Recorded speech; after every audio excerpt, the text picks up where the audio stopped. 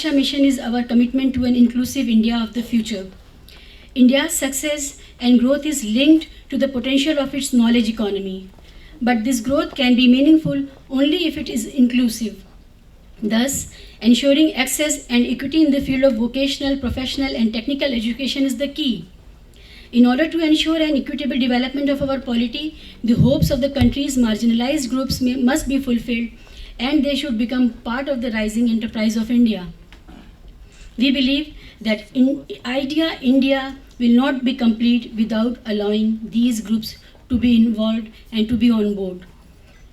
The unfolding future of India will throw up huge opportunities for young people and will require millions of technically trained individuals to achieve the targets which the nation will set for itself.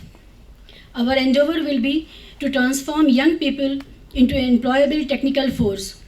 Those who are not in a position to afford finances for higher vocational, professional, and technical education will be provided with opportunities without funds being a stumbling block.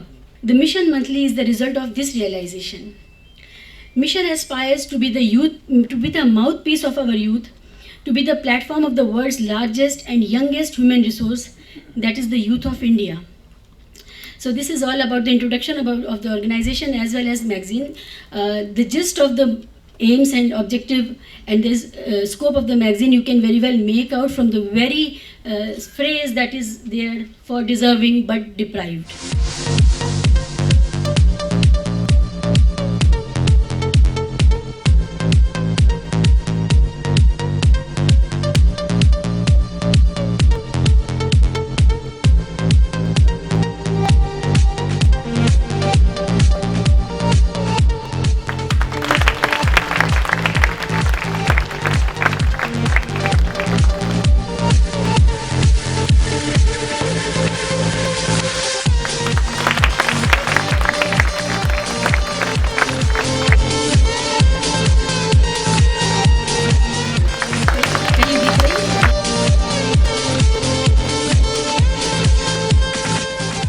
India शिक्षा mission के मुताबिक मुल्क की इल्मी बुनियाद पर मईशत में तरक्की को देखते हुए आने वाले दिनों में मुल्क को तकनीकी तौर पर तरबियत याफ्ता और बासलाहियत लोगों की बड़ी तादाद में ज़रूरत होगी और मुल्क के हिमागीर तरक्की के लिए सबको शामिल करने वाली तरक्की को यकीनी बनाने के लिए ज़रूरी होगा कि समाज के कमज़ोर तबकों को ख़ास मराद दी जाएँ।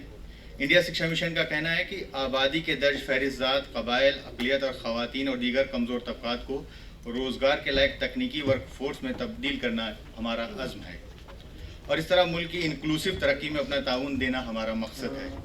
इसके तहत इंडिया शिक्षा मिशन साल 2012-13 और 2014 में मुल्क भर के 100 ज़रूरतमंद बच्चों को 100 फ्री स्पॉन्सरशिप्स के ज़रिए उनकी तकनीकी तालीम की ज़रूरतों को पूरा कर रहा है। Despite such a report on socio-economic conditions of Indian Muslims, schemes launched by central government for welfare of Indian Muslims in the last more than 60 years of independence, Prime Minister's 15-point program, and a lot of din for welfare of Muslim community, the Muslims are missing in the employment scenario of the country. Editor of Mission, Shiba, has touched upon a very important issue relating to access, equity and security of Muslims, and we have a discussion with Janab Ali Anwar on reservation of non-creamy layer of Muslims of India. Now, last word for all the Karam Yogis, particularly Rahman Khan Sahab, clubbing Muslims with other minorities for benefiting from any affirmative action. I add emphasis, clubbing Muslims with other minorities for benefiting from any affirmative action plan is erroneous ab initio. In this election year, is anybody listening? Thank you. Doctor Hameedullah को मुबारक है कि ये inclusive growth की बात करते हैं और ये इंक्लूसिवनेस मुसलमान को भी समझ आना चाहिए। वो उठना चाहते हैं तो सबके साथ उठें और इसीलिए फिर उनकी जो पसमानदगी है वो बात सारे मुल्क को समझ आ जाएगी जब आप इंक्लूसिव ग्रोथ की बात करेंगे। तो ये जो इंडिया शिक्षा अभियान है, मैंने कहा आपको मैं नहीं जाना, मैं डॉक्टर हमीदुल्लाह को जानता हूँ कि एक सुबह 15-20 बरस की बात है, हकीम अब्दुल हमीद साहब चुपके से इधर हुमायूं रोड में मेरे घर आते थे। वो चाय पीने या खाने के आदी नहीं थे, तो उन्होंने जिक्र किया हमदर्द यूनिवर्सिटी का तो क्या करें कि कोई काबिल आदमी आजकल बड़ा फुकदान है, तो मैंने उनको बेतकल्लुफ़ी से कहा मेरी नज़र में एक शख्सियत है, उनको बुलाया जा सकता है दिल्ली में आपकी यूनिवर्सिटी में। तो मैंने देखा कि हमीद साहब बहुत सोच की बात करते थे, लेकिन उनको उस वक़्त ख्याल था कि उनको वाकई ज़रूरत है। वो कौन है? मैंने कागज़ के एक सफ़े पर उनको लिख दिया डॉक्टर हमीदुल्लाह। तो वो जब हमदर्द पहुंच गए होंगे, मैंने देखा कि 10-15 दिन में हरकत आ गई है और हमीदुल्लाह साहब को जामिया हमदर्द में बुलाया गया, तो रजिस्ट्रार हो गई वहाँ। तो फिर हमीद साहब कुछ दिनों के बाद मिले, उन्होंने कहा आपने बड़ा अच्छा किया। मैंने कहा मैंने बता दिया था ये शख्स बहुत डायनेमिक है। तो इसलिए आज जब मैं यहाँ आया, मैंने कहा ये बहुत अच्छा काम करते ही होंगे। तो इसलिए ये बात मुझे अब समझ आ गई थोड़ी सी, अभी इनका लिटरेचर पढ़ने का मौका नहीं मिला, मगर हमीदुल्लाह साहब अच्छा काम करते होंगे।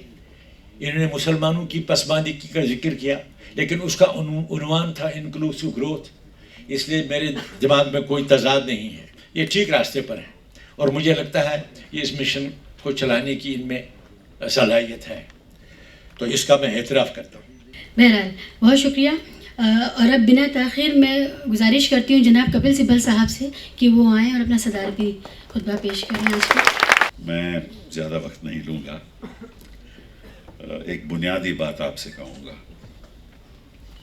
और वो ये है कि अभी हमीदुल्लाह भट्ट साहब ने ये आंकड़े पढ़े एडिटोरियल के, और उससे साफ जाहिर है कि केवल माइनॉरिटीज़, अगर सारी माइनॉरिटीज़ को मिला लिया जाए तो उनका हिस्सा एम्प्लॉयमेंट में केवल 6.14% बनता है। और हालांकि अगर सारी माइनॉरिटीज़ को आप मिला लें उनकी संख्या, तो लगभग 19-20% है। इसकी बुनियादी वजह क्या है?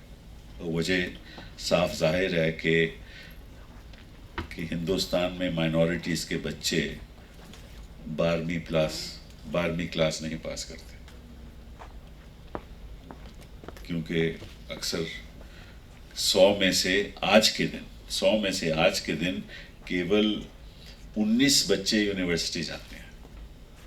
81 बच्चे यूनिवर्सिटी ही नहीं जाते। नहीं, 2009 में 12.4 थे। फिर हमने देश के साथ वादा किया कि 2020 तक इसकी संख्या मैं 30 तक ले आऊँगा। आज के दिन 4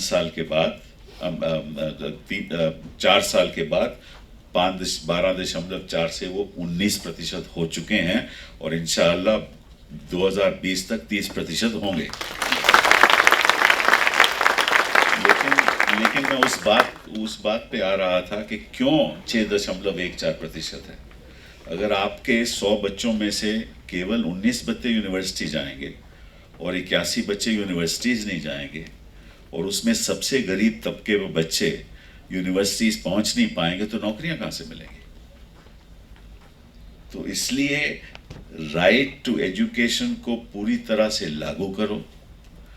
100% एनरोलमेंट होना चाहिए और 100% अपवर्ड मूवमेंट होना चाहिए।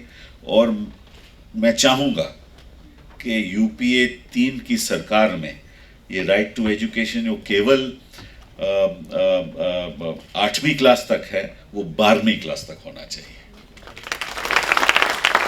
खुदा कह दे कि मौका मिलेगा या ऐसे ही चलता रहेगा। खुदा कह दे कि मौका मिलेगा या ऐसे ही चलता रहेगा। तालीम की दुनिया में दौलत भरी है, तालीम की दुनिया में दौलत भरी है, उस दौलत को पाना है मुझको। तालीम की दुनिया में दौलत बढ़ी है, उस दौलत को पाना है मुझको। रास्ते फिर से ढूंढूं खुद में, रास्ते फिर से ढूंढूं खुद में। पहाड़ों पे चढ़ना है मुझको, पहाड़ों पे चढ़ना है मुझको। राज हैं ऐसे पहचान करके, समझना समझाना है मुझको। खुदा कह दे कि मौका मिलेगा या ऐसे ही चलता रहेगा। In NCPUL and now with the India Section Mission. one of the most brilliant persons, and I've been in touch with him almost, every day. Wonderful person. And well, there's no, it is in printing we have difficulties, short of time sometimes, but then this is what we are there for, to come up to the level and face the challenge, be there. Thank you very much. It's a great honor and privilege to be with you. More so because this meeting is specific with respect to technical education for the marginalized students of minority communities and other communities. At the very onset, I congratulate Bhatt Sahab for bringing out such a wonderful magazine which reminds us of Time and Newsweek magazine, which was being published for years together from the United States of America. A big round of applause for such a wonderful magazine. India शिक्षा mission के बारे में मैं एक बात बताऊं, इस साल एक स्टूडेंट का मैंने एडमिशन कराया इंजीनियरिंग में। यकीन नहीं हो सकता आपको कि वो स्टूडेंट का बैकग्राउंड क्या है, यानी उसके वालिद और उसकी वालदा दोनों पेरेंट्स फ़ोन पे रो रहे थे, उनको यकीन नहीं आ रहा था कि मेरे बच्चे का एडमिशन इंजीनियरिंग में हो जाएगा। बहरहाल ऐसे लोगों को इंडिया शिक्षा मिशन के ज़रिए मौके दिए जा रहे हैं। इंडिया शिक्षा मिशन की कामयाबी की दलील सिर्फ इतनी है कि हमीदुल्लाह भट्ट साहब उसको चला रहे हैं, और जब तक वो चलाते रहेंगे, तालीम की राह में जो कोशिशें करते रहेंगे, यकीनन कामयाबी मिलती रहेगी। रहमान साहब से गुजारिश है कि वो तशरीफ़ लाएं। सबसे पहले मैं हमीदुल्लाह भट्ट साहब को मुबारकबाद देता हूँ। उन्होंने ये आज इस मिशन को आगे ले जाने के लिए एक मैगज़ीन का इजरा हुआ है, जो इंडिया शिक्षा mission for deserving but deprived के लिए उन्होंने इस मैगज़ीन का इजरा किया है, और इसके ज़रिए से अपने मिशन के जो ऑब्जेक्टिव्स हैं उसे आगे ले जाने के लिए ये मुफीद साबित होगा ये मैगज़ीन। ये जो हमीदुल्लाह भट्ट साहब का एफर्ट है बहुत ही सराहनीय है, और मैं समझता हूँ कि ऐसे बहुत से अंजुमें आगे आना चाहिए, इस तरह की स्कॉलरशिप और देना चाहिए। हमने सैब सेंटर खोला आप लोगों के लिए, Satya academic and industrial bridge. उसका एक ही मकसद था, जैसे अभी इनामदार साहब कह के गए, ये जो लोग मैं यहाँ थे इनके बारे में मैं कहा कि इन लोगों का बड़ा काम है, इनके बड़े इंस्टीट्यूशंस हैं, इनके सामने हम बड़े छोटे हैं। सत्या ग्रुप ऑफ इंस्टीट्यूशन इनके सामने बड़ा छोटा है, लेकिन कोशिश करते हैं कि काम अच्छा हो। सो वी आर लिंकिंग आप लोगों को to the industrial environment. Program ये किया है कि आज भी आपको लोगों को वहाँ ले जा रहे हैं कि सत्या इंडस्ट्रियल और एकेडमिक ब्रिज ये हमने नॉलेज पार्क में खोला है नोएडा में। हर सेमेस्टर में 15 दिन ये बच्चे पूरा डिपार्टमेंट, चाहे इलेक्ट्रॉनिक्स हो, चाहे मैकेनिकल हो, चाहे सिविल हो, चाहे मैनेजमेंट को हो, 15 दिन हर सेमेस्टर ये लोग रेजिडेंशियली कंपलसरी प्रोग्राम में वहाँ रहेंगे। आज से शुरू हो रहा है पहला, और 15 दिन के बाद फिर मैकेनिकल आएगा, फिर सिविल आएगा। और उन 15 दिनों में एक तो ये उसी माहौल में रहेंगे जिसको सो कॉल्ड इंडस्ट्रियल माहौल कहते हैं। पता नहीं कैसे नज़र पड़ गई भट्ट साहब की मुझ पर, मुझे यहाँ ले आए। इनामदार साहब ने जो बातें की उसमें काफ़ी सच्चाई है। कमी शायद हमारे हुक्मरानों में है, there is no doubt about it, लेकिन सबसे बड़ी कमी हम में है। अगर हम जब तक नहीं जागेंगे तब तक कि कोई दूसरा हमें ज़बरदस्ती नहीं कर सकता। कोई अगर करना भी चाहे, अगर हम तैयार नहीं हैं तो कुछ नहीं हो सकता। ये स्किल सेट्स डेवलप करना बहुत ज़रूरी है, ना कि सिर्फ हम इंजीनियरिंग कॉलेज में चले जाएं, but institutions like Hamidullah Bhatt साहब जिन्होंने शुरू किया, I really would like to compliment you. मेरे आने का मकसद सिर्फ यही था कि आपने इतना अच्छा काम किया है, और यहाँ आकर के जब मैंने सुना आप लोगों की तकरीर को तो मुझे लगा कि वी नीड टू क्लोन। अभी तक शायद ह्यूमन क्लोनिंग अलाउड नहीं है, लेकिन अगर जब अलाउड होगी तो we need to clone Hamidullah Bhatt.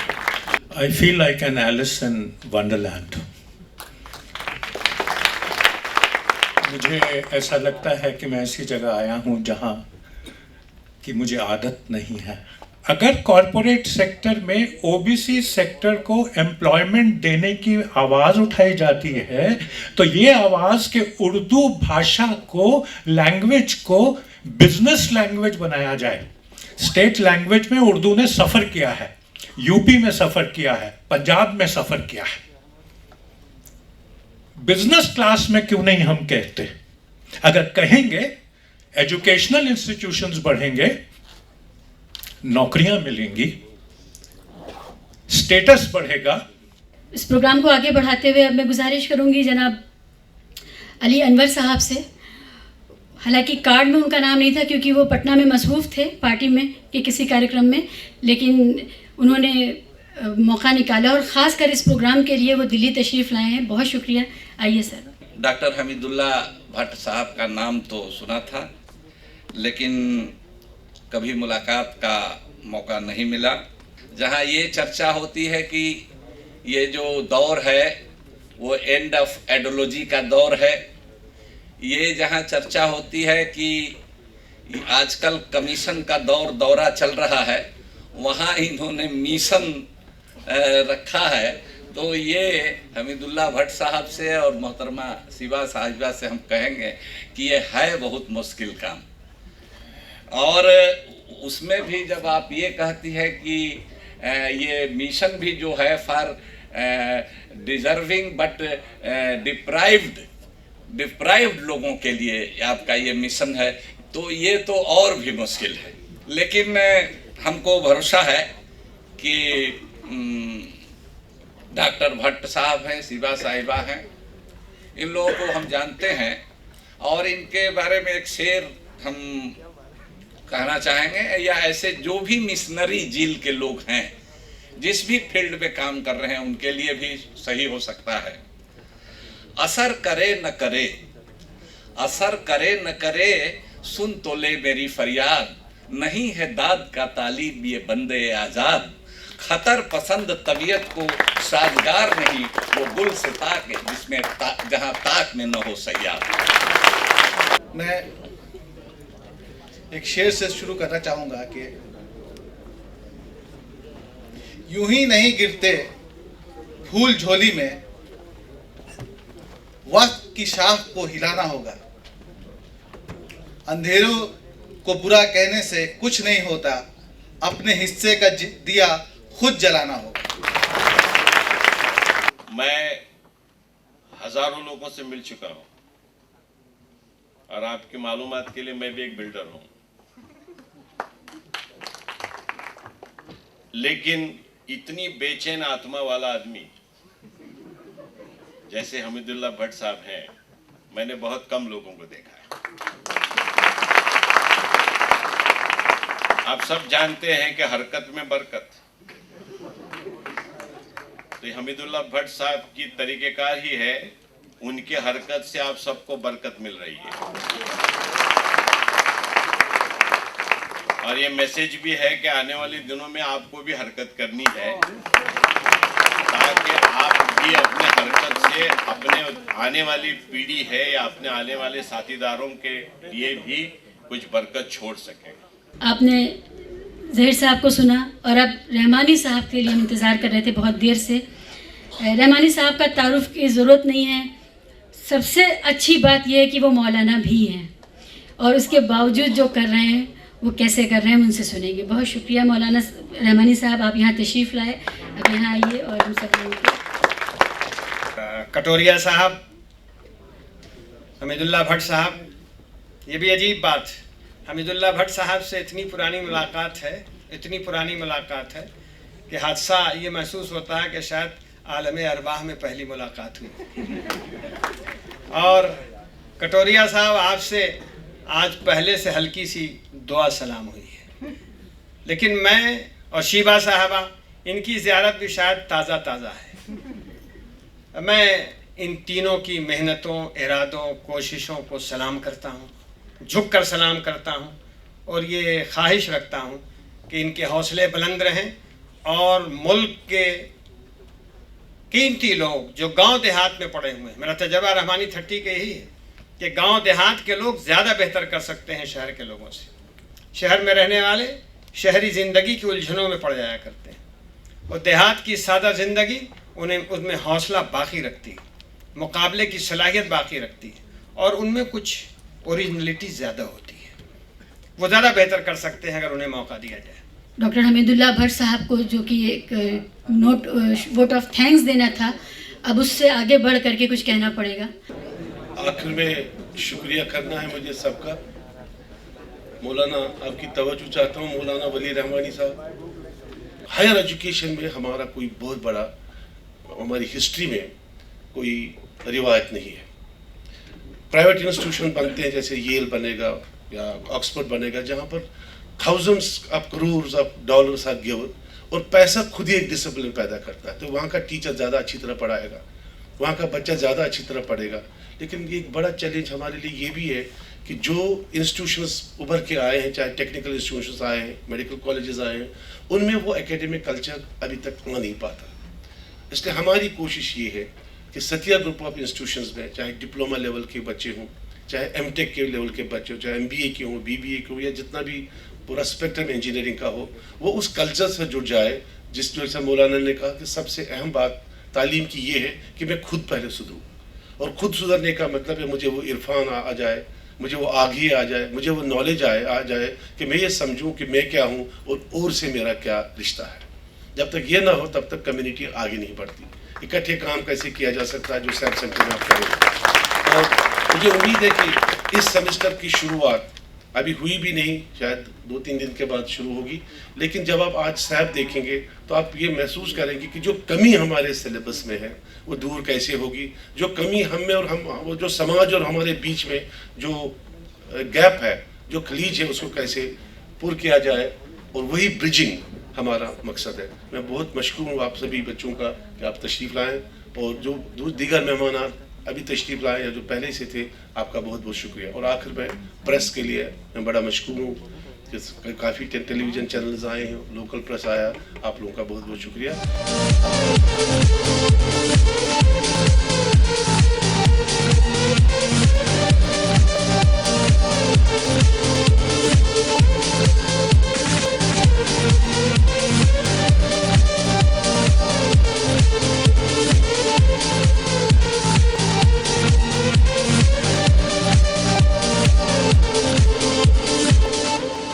बिल्कुल बनेंगे, क्यों नहीं बनेंगे। तो हमने काम इतने किए हैं देश के लिए। आप जो भी टीवी में कहते रहो, काम तो हमारे जनता को दिखते हैं, और बुनियादी तौर पे हमने परिवर्तन लाया है, और लोगों की जो ज़िंदगी है उसमें बेहतरी हुई है, प्रॉस्पेरिटी हुई है। तो जनता इस बात को पहचानती है, और मैं भी चाहूँगा कि आप लोग जो बातें हुई हैं, जो हमने काम किए हैं, उसको भी टीवी के ज़रिए आप जनता को दिखाइएगा। सचर कमेटी की रिपोर्ट में हमने 72 रिकमेंडेशंस को आइडेंटिफाई किया है। 66 रिकमेंडेशन इम्प्लीमेंट कर रहे हैं at different stages through various policies, schemes, 15 point program and direct scheme. और ये 66 जो हम इम्प्लीमेंट कर रहे हैं, जो इम्प्लीमेंटेशन किस तरह से कर रहे हैं, हमारी वेबसाइट में इसके डिटेल्स अवेलेबल है। तो ये कहना कि हम सचर कमेटी इम्प्लीमेंट नहीं कर रहे हैं, ये गलत है। मगर कहीं कहीं इसमें कमियां हैं इम्प्लीमेंटेशन, क्योंकि हम ये तमाम प्रोग्राम स्टेट गवर्नमेंट्स के थ्रू से इम्प्लीमेंट करते हैं। तो कहीं ना कहीं कोई स्टेट्स में काम धीमी से हो रहा है, तो हम उसको कोशिश भी कर रहे हैं। अब हम एक प्रोफेसर कुंडू के चेयरमैनशिप में एक कमेटी गठन किया है, वो देखेंगे, बताएंगे कि इसको और ज़्यादा किस तरह से रीच हो, ये जो हमारे प्रोग्राम, और उसमें क्या तेज़ी लाए हैं, वो कमेटी भी हमने गठन की। डॉक्टर हमीदुल्लाह भट्ट साहब और मोहतरमा सिबा फ़हमी साहब हैं, उनका है। लेकिन एक बात हमको ज़रूर लगा कि भाई जहाँ एंड ऑफ आइडियोलॉजी का एरा कहा जाता है, जहाँ कमीशन का युग चल रहा है, वहाँ ये मिशन की बात कर रहे हैं, और वो भी डिप्राइव सेक्शन के लिए। तो ये अच्छी बात है। हमारी पिछड़ापन का एक कारण जाति भी है। हमारे यहाँ भी जो जातिवाद है बदस्तूर कायम है दूसरे मजाहिब की तरह, दूसरे धर्मों की तरह, और वो भी हमारे पिछड़ापन का एक बड़ा कारण है। इस बीमारी से हमको लड़ना चाहिए और हम अपने तय लड़ रहे हैं और हम समझते हैं कि इस तरह के मैगजीन का अगर ये लोग आगे आएंगे तो उस बीमारी को दूर भगाने में बहुत बड़ा रोल